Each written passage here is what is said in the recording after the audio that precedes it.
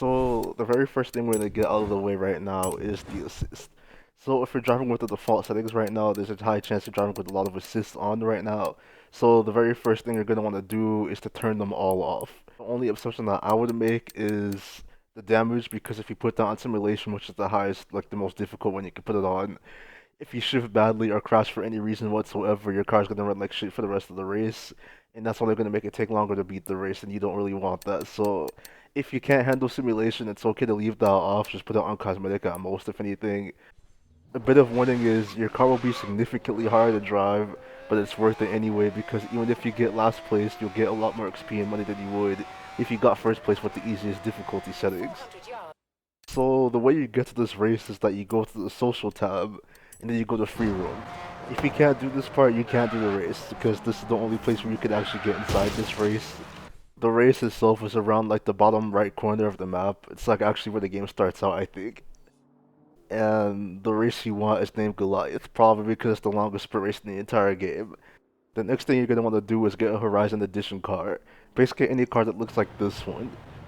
You don't actually have to bring an HD car to the race, but the reason why you do is because, let me put it to you like this, guys. You get an extra 40,000 credits just for showing up to the race with one of these cars.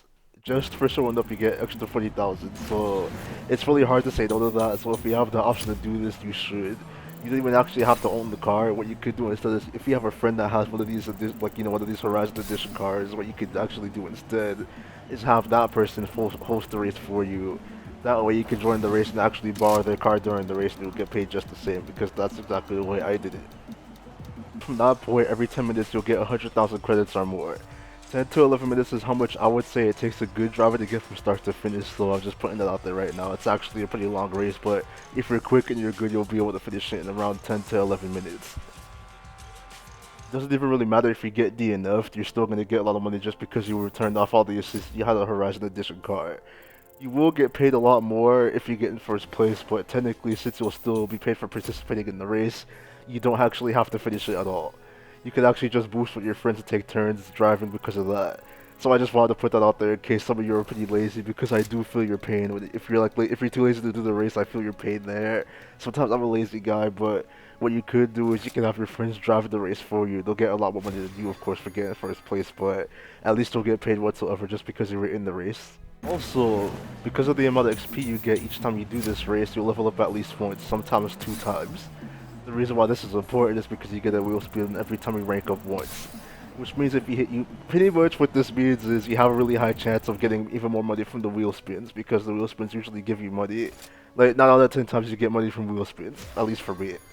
So just by using this method, you can easily get $500,000 in an hour, but sometimes you can get a lot more than that. Here's what happened to me once. I'm gonna tell you a story. So there was one time where I did do this race. I think there was 4 players, maybe there was just 3, but I think there was 4 players. Maybe no, it was 3. I think it was 3. But what happened was I beat the race. I got first place and all that.